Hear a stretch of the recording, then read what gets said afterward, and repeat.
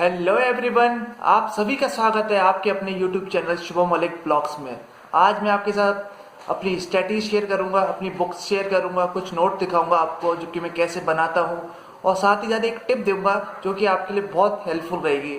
तो यार वीडियो के साथ बने रहिए और एंड तक जरूर देखिए। तो चलिए वीडियो मैंने शुरू आपसे करते पहले भी कहा था कि हो सकता है राइटिंग की आपको थोड़ी दिक्कत हो। तो यार ये है मेरे ज्योग्राफी के नोट्स, जैसा कि आप देख सकते हैं। इंडिया एंड द वर्ल्ड में क्या क्या है, बर्ड्स के बारे में है थोड़ा, और ये फिजिकल फीचर्स हैं कुछ हिमालय माउंटेन वगैरह के, जैसे कि आप देख सकते हैं यहाँ पे कुछ फैक्ट्स लिखे हुए हैं ये सब, कि नॉर्थर्न प्लेन में क्या रिवर्स बहती है वगैरह। तो और ये है कुछ जैसे कि फ्लोरा यानी प्लांट्स और फौना यानी एनिमल्स, ये है नेचुरल वेजिटेशन। जैसे कि यहाँ पे कुछ पॉइंट्स लिखे हुए हैं कि इंडिया में इतनी स्पीसीज थी, 10th पोजीशन है वर्ल्ड वाइड में, ये सब। तो यार आप देख सकते हो यहाँ पे ये मेंस के लिए नोट्स हैं, और मेंस और मतलब दोनों के मिक्सचर हैं। जैसे कि ये पे टॉपिकल एरिया मतलब कितना है, ये हो गया, प्रेसिपिटेशन वगैरह है, जैसे कि थॉर्न फॉरेस्ट, मतलब ये सब फॉरेस्ट के बारे में है, उसकी कैरेक्टरिस्टिक क्या है, फोना फोना मोंटेज फॉरेस्ट क्या होता है, एल्टीट्यूडल डिस्ट्रीब्यूशन क्या है मोंटेज फॉरेस्ट की, टेम्पटेशन वगैरह। फिर है मैंग्रेव फॉरेस्ट हो गया। अब यहाँ से वाइल्ड लाइफ शुरू हो गया, जैसे India is also a rain into its fauna, distribution of wild life in India, Gir forest वगैरह कहाँ पे है, जैसे कि ये लिखा है गिर फॉरेस्ट शर्टिक एनिमल, वो लाइन सॉरी। और ये है मेरी मैप प्रैक्टिस जो कि मैं साथ ही साथ करता रहता हूँ, जो कि मैंने ये एनसीईआरटी में से लिया है, आप देख सकते होगे इसमें थोड़ा एक दो ऊपर नीचे है, उसके लिए मैं माफ़ी चाहता हूँ। तो यार इस तरीके से मैं कुछ है नोट्स बनाता हूँ। ये रिसोर्सेज एंड डेवलपमेंट के हो गए, रिसोर्सेज क्या होता है, क्लासिफिकेशन किस टाइप से है उनकी, जैसे ये दे रखा है, मैंने छोटा सा डायग्राम बना रखा है कि नेचुरल और ह्यूमन रिसोर्सेज कौन कौन से होते हैं। तो यार ये कुछ झलक थी मेरे, तो यार ये है मेरे पॉलिटी की कुछ नोट्स, जैसे कि टॉपिक है फेडरलिज्म। तो यार लैंग्वेज हो सकता है आपको समझ में ना आए, इसके लिए माफ़ी चाहता हूँ, लेकिन ये मेरे नोट्स हैं फेडरलिज्म पे, जो कि मैंने बनाए हैं। ये डिवीज़न ऑफ पावर हो गया, ठीक है,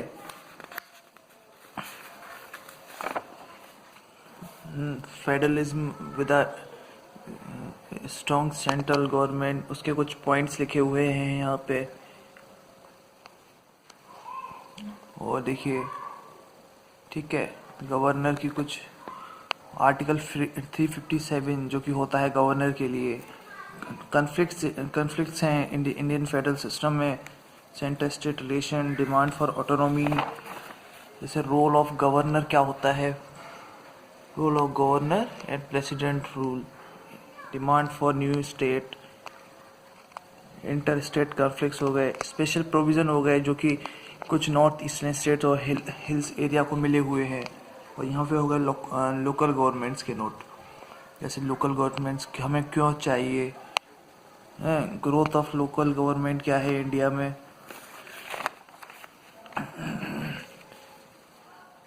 73rd एंड 74th अमेंडमेंट क्या होता है, उसमें क्या क्या चाहिए। 3 टायर स्ट्रक्चर है, ग्राम पंचायत होती है, मंडल होती है, जिला परिषद होती है, ग्राम सभा होता है, और ये उनके इलेक्शन, रिजर्वेशन। तो यार ये कुछ मेरे नोट्स हैं, मैं पॉलिटी के लिए बना रहा हूँ। तो ये है मेरी स्ट्रेटेजी कि आंसर राइटिंग करनी है in a couple of days and after completing a topic. So first optional paper cover करना है, ठीक है। First cover NCERT in 1 month. तो यार ये सब मैंने एनसीईआरटी लिख रखी थी जो भी मेरे को कवर करनी है। सो अब ये टारगेट बेस्ड स्टडी। तो कुछ पॉइंट्स हैं कि फेज़ 1 में क्या करना है, फेज़ 2 में क्या करना है, फेज़ 3 में क्या करना है।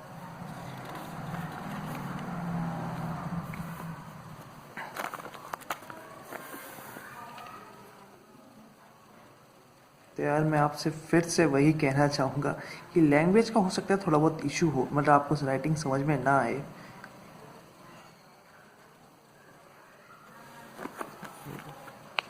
आप ये देखिए, मार्च के बाद मार्च टू प्रीलिम्स तक ओनली प्रायोरिटी हमारी प्रीलिम्स रहेगी, क्योंकि उसके बाद काफ़ी मेन होते हैं, पढ़नी पड़ती है हमको। और फिर फेज़ 4 में प्रीलिम्स के बाद ओनली प्रायोरिटी मेंस रहेगी हमारी, और हम डेली आंसर राइटिंग लिखेंगे और ये सब होगा। सो नोट मेकिंग स्ट्रेटेजी है ये। Revise maximum in minimum time, consolidated होना चाहिए, you be precise, use short forms and वगैरह वगैरह।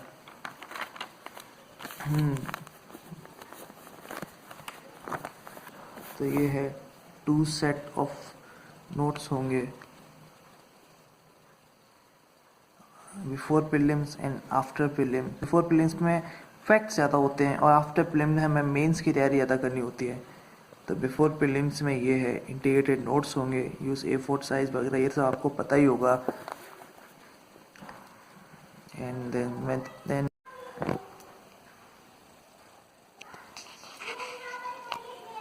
ये है मैप, वर्ल्ड मैप, देख सकते हैं आप, ये है वर्ल्ड मैप। इधर की साइड हो गई मेरी बुक्स, ये है रीजनिंग की बुक्स, उसके पास में है 24 ईयर्स के पेपर, मैप है, Indian art and culture, Indian economy है, ज्योग्राफी की, इंडियन पॉलिटी है, आईएएस के सॉल्ट कुछ पेपर्स हैं, ये हिस्ट्री की बुक्स हैं। और यहाँ पे कॉन्स्टिट्यूशन, ये पॉलिटिकल थ्योरी की बुक रखी हुई है।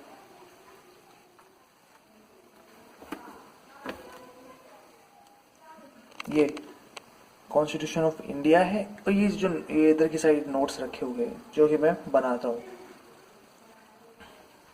तो देखिए मैं आपको नोट्स दिखाता हूँ कुछ।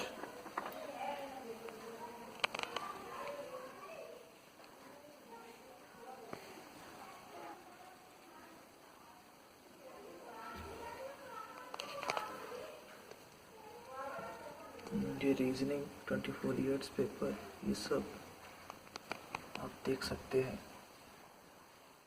तो ये सारी है मेरी बुक्स जो मैं पढ़ता हूँ।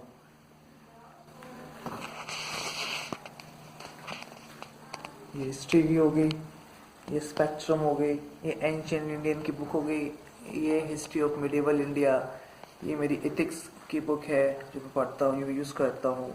ये इंडिया एंड वर्ल्ड ज्योग्राफी है, इंडियन इकोनॉमी है, गवर्नेंस की बुक है। ये इधर एनवायरनमेंट हो गया, इधर इंडियन पॉलिटी, ये इंडियन आर्ट एंड कल्चर, ये 24 ईयर्स के प्रीलिम्स के पेपर्स हैं। ये इंडियन पॉलिटिकल, मेरा ऑप्शनल पॉलिटिकल साइंस है तो मैं इंडियन पॉलिटी की यूज़ करता हूँ, वो इंट्रोडक्शन टू पॉलिटिकल थ्योरी। ये इंडियन कॉन्स्टिट्यूशन है, ये पॉलिटिकल साइंस में यूज़ होती है। ये 121 ऐसे हैं सॉल्व, ये आईएएस के पेपर्स हैं सॉल्व, तो 1997 से 2019 तक। तो ये सारी बुक्स हैं जो मैं प्रेफर करता हूँ, जो मैं अपनी आईएएस की तैयारी में पढ़ रहा हूँ।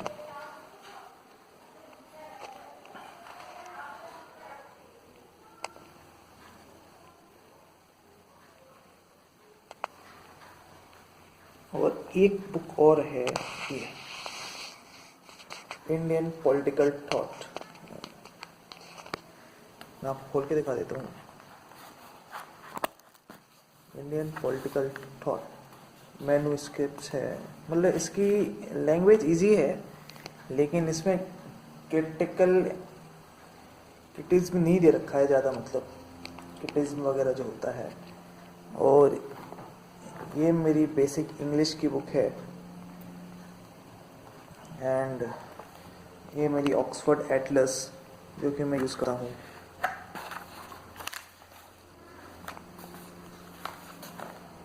जैसे कि ये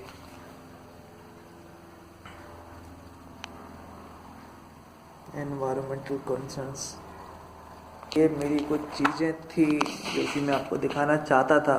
और ये मेरा पहला ब्लॉग है जिसमें मैंने आपको अपनी बुक लिस्ट दिखाई है।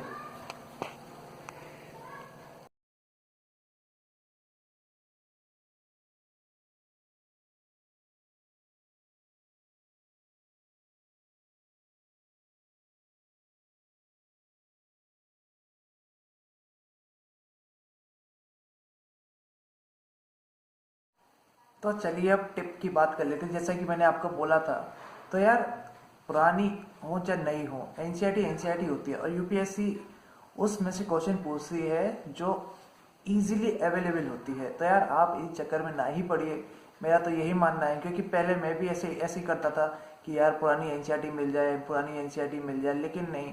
फिर मैंने उसको थोड़ा सर्च किया तो मैंने देखा कि पुरानी और ओल्ड से कोई मतलब नहीं होता, जो इजीली अवेलेबल है आप उसको पढ़िए। तो यार मैं भी अब न्यू एनसीईआरटी ही पढ़ता हूँ, मैं पुरानी से कोई मतलब नहीं है।